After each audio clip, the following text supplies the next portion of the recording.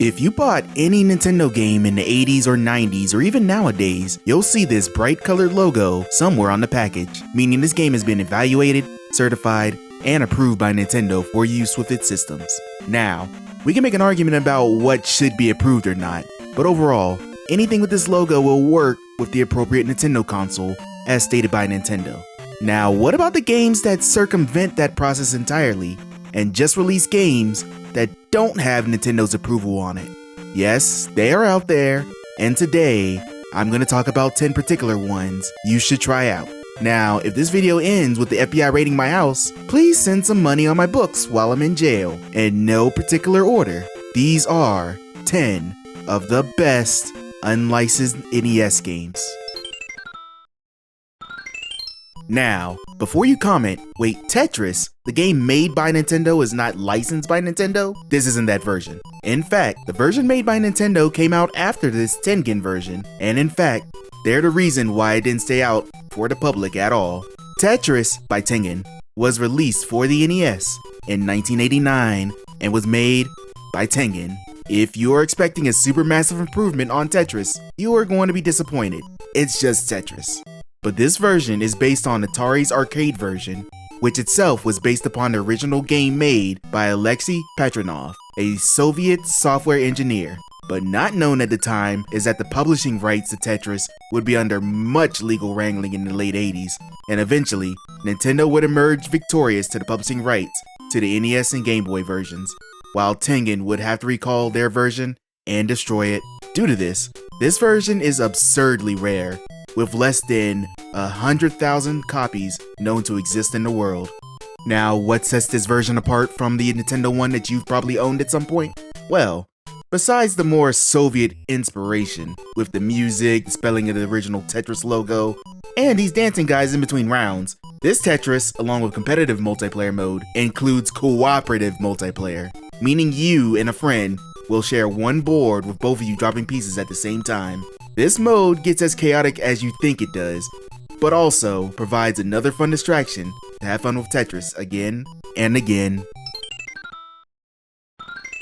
Now, this might be cheating a little bit, because this game was released in 2010 for the NES by Savat Games, but it actually came out first as a physical cartridge for the NES.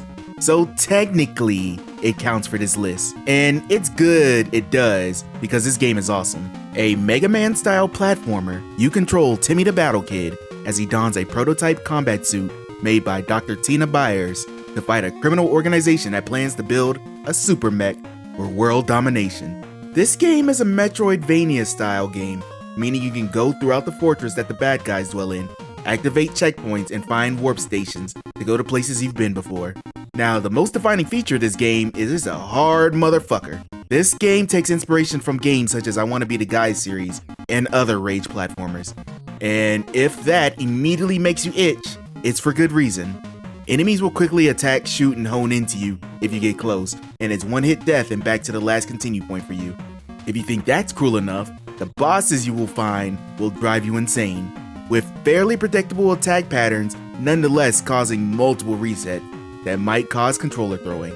The graphics are pretty basic, Mega Man-esque, and the music really shines to keep you playing. So if you're craving a challenge, definitely give Battle Kid a try.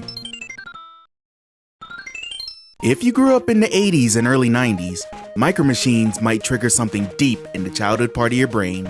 Micro Machines were a toy brand about small toy vehicles and sets that were fun to set up and race with friends, sorta similar to Hot Wheels. Even people who didn't own the toys knew about the brand due to the commercials with the fastest talking man alive running down the product in his distinct dialect.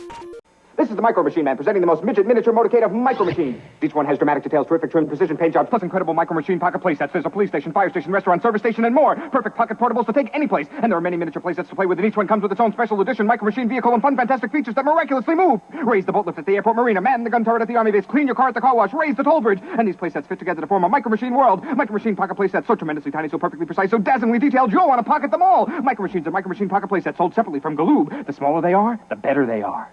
Now, putting that premise into video games, and you get a damn fine, but also unlicensed, game. Micro Machines was released on NES in 1991 by Codemasters. who got the go-ahead to develop the game from the company behind the Micro Machines brand, Galoob. But uh-oh, they didn't comply with Daddy Nintendo, so their game was released unlicensed, which is a shame as this game should definitely get much more acclaim. You control a multitude of vehicles in an overhead race against 3 other goobers. The tracks you are racing on changes from race to race, and even the vehicle types change as well. Sometimes you may be in a boat in a soapy bathtub, then you're a dirt truck in a sandbox. The variety kept the races interesting, even if it was essentially the same gameplay. And playing with friends made this even more chaotic and fun. If you happen to find this in the wild, definitely get it. One developer name that you will continue to see over and over again in this video is Tengen, which was a publishing and development arm for Atari. In order to be licensed by Nintendo, you could only release 5 games per year, let Nintendo handle cartridge manufacturing, and the games must be NES exclusive for 2 years. After a failed period fighting this, during which Tengen actually released officially licensed game for the console, Tengen decided to get sneaky and include a chip in their games that would invalidate the lockout chip in the NES that prevented unlicensed games to be played on the system, and sell it their own way. One of these games was the arcade port of the rail shooter Afterburner. Afterburner was released on the NES in 1989 and made by, well, Tengen. You control a fighter jet in multiple levels where your goal is to survive in the skies and shoot down opposing jets. You can shoot your machine guns or shoot limited targeting missiles to hit jets and opposing missiles out of your way and maneuver in really impressive graphics for the system. The arcade is notable due to the fast nature gameplay and the deluxe tilting cabinet that moved the chair along the game. And while the NES couldn't replicate that, it definitely did the fast nature gameplay, which really outclassed much of the rail shooters on the system already. This is a game you have to play to believe it exists, so definitely check it out. One of the original games that Tengen released that was officially Nintendo certified was the original PacMan. It was a standard arcade port, and while good, wasn't too notable. PacMania, however, was a port that added a new perspective to the standard gameplay that makes it worth checking out. PacMania was released on the NES in 1990 by Tengen. An isometric take on the Pac-Man formula. You control, well, Pac-Man as he goes through sort of 3D isometric mazes, collecting pellets and avoiding ghosts on the way to clear the board and move on to the next level. Along the way, you can collect fruit, which adds to your point total, and power pellets, which will allow you to eat the ghosts chasing you for a limited time. New to Pac-Mania includes the ability to jump, which allows Pac-Man to jump over ghosts, which adds an entirely new option for maneuvering around. It also includes extra pickups that spawn on the board which cause additional effects, such as super speed or making ghosts vulnerable again. Other than that, it's Pac-Man, and a really enjoyable Pac-Man at that. The graphics, while not as crisp as the arcade, actually hold their own with the tech that they have to work with. The NES really works overtime to make this game work on the system, and their effort pays off. If you've never played Pac-Mania before, the NES version definitely isn't a bad option for you to pick up and play. Oh Lord, we going to church now, people! Spiritual Warfare was released in 1992 by Wisdom Tree, who was a serial outlaw Nintendo chip evader. This game was eventually ported to MS-DOS, Game Boy, and Sega Genesis as well. While most of Wisdom Tree's games were, let's say, not the best, Spiritual Warfare is a competent, actually enjoyable game that you should play if you can. The gameplay is lifted almost directly from Legend of Zelda, with the top-down perspective accompanying the action-adventure gameplay while exploring the world and dispatching enemies in various ways. Instead of swords, you use fruit. Weird, but they each perform differently, with some being faster than others and some having different projection arcs, but each being effective against these heretics. You also have different sub-weapons like Zelda, with the default being bombs or bomb-like performance pieces, I don't know, that explode just the same in Bomberman fashion. More weapons can be gained by gathering doves, which substitutes as rupees in this game, and spending them in stores. The religion angle is strong with this one, with quizzes for power-ups being unavoidable, but honestly, it doesn't intrude deeply to ruin an actually enjoyable Zelda-like adventure across different environments, fighting different centers, fighting boss demons, and collecting Triforce pieces. Oh, I mean, the 6 pieces of the Armor of God. Warning you now, these last entries are almost entirely from Tengen, the Mad Lads. First one up is a port for a Namco classic from the arcades, Rolling Thunder. Rolling Thunder was released on NES in 1989 by Tengen and was adapted from the Famicom version that was released in the same year.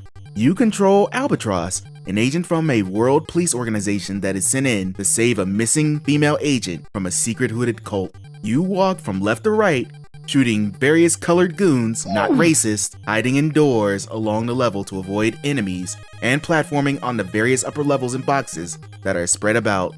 Albatross can only take 2 physical hits before dying, and any bullets that strike him will kill him instantly, leading to respawning either at the beginning of the level or at a checkpoint. He uses a pistol with limited bullets, but can reload by entering directly in doors marked ammo, or change to a submachine gun if he finds a door marked arms. There are only 10 levels, with only 5 unique layouts in these levels, but the NES version actually includes a harder second mission. The NES version also includes a password feature, so you don't have to continue at the beginning of the game each time you play, and includes extra hidden bonuses that make the experience worth trying out.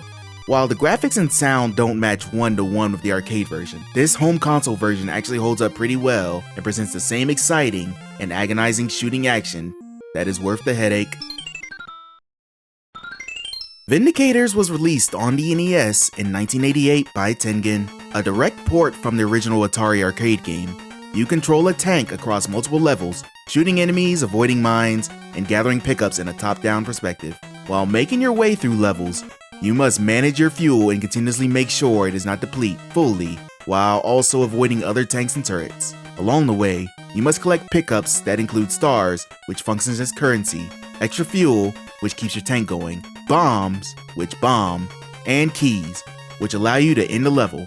There are actually 2 exits next to each other that end the level that both require separate keys. One exit will lead you to a bonus section where you can get extra materials, and one leads you to prep for the next level. With the stars you collect, you can upgrade your tank, such as refilling your gas tank, increasing shot range, shot power, and tank shields. This game is a riot to play, with the concept being simple but in execution can be a lot of fun. You can also play this with multiplayer, which will probably lead to fistfights when one of you takes all the pickups, but it's worth the tension in your friendship, and it's pretty much the only way to play this arcade favorite at home. Alien Syndrome was released on the NES in 1988 by Tengen as a port from the arcade. This game is a top-down run and gun where you play as either Ricky or Mary and are tasked with saving their comrades from aliens in different environments. The levels are contained facilities with power-ups and maps on certain parts of the wall, which can be used to the player to change their weapon and see where the remaining survivors are respectively. The aliens will kill the player in one hit, so it's required to continuously keep blasting and make your way around, saving everyone until a required amount has been gotten, at which case the exit opens up. After each level is a boss that is required to be defeated before moving on, and you repeat the process in the next level. This game is actually really fun. It really reminds you of an upgraded Ikari Warriors, with lots of adaptability in how you play. The different guns change up how you hold off aliens, and the increasingly difficulty per level really keeps you on your toes. The NES port pretty much holds on to the appeal of the arcade version, with minimal things lost in transition. Definitely warrants picking up if possible. Playball! The RBI Baseball series was massive on the NES, literally outclassing the baseball NES title. But did you know that only the first game was officially licensed by Nintendo? The sequel, RBI Baseball 2, was released unlicensed by Tengen, and the sequel followed suit, probably to Nintendo's utter annoyance. RBI Baseball 3 was released on the NES in 1991 by Tengen, following official releases on the Super NES and Genesis. This game was certified by the MLB Players Association, which allowed the use of MLB player names and stats, which adds a certain level of simulation to the playthroughs. You are also able to pick any team from 1990 or any championship team from 1983 to 1989, and play through an entire season with passwords provided between games. As for the gameplay, well, it's baseball. You probably already know the rules from baseball unless you live under a rock. But improvements to this game besides the season mode include the ability to jump and dive, as well as pick your own lineup, which made this game the most up-to-date and desirable to hardcore baseball fans in the past. For anyone that is looking for a pick up and play game, this game may be a bit over your head as all the surrounding inclusions might make it feel bloated. But if you look past that, you have a fun baseball game that will keep you entertained while also entrancing your baseball-obsessed friend to the point of obsession. Have any other unlicensed games that should have been on my list? Leave them in the comments. See you later, and...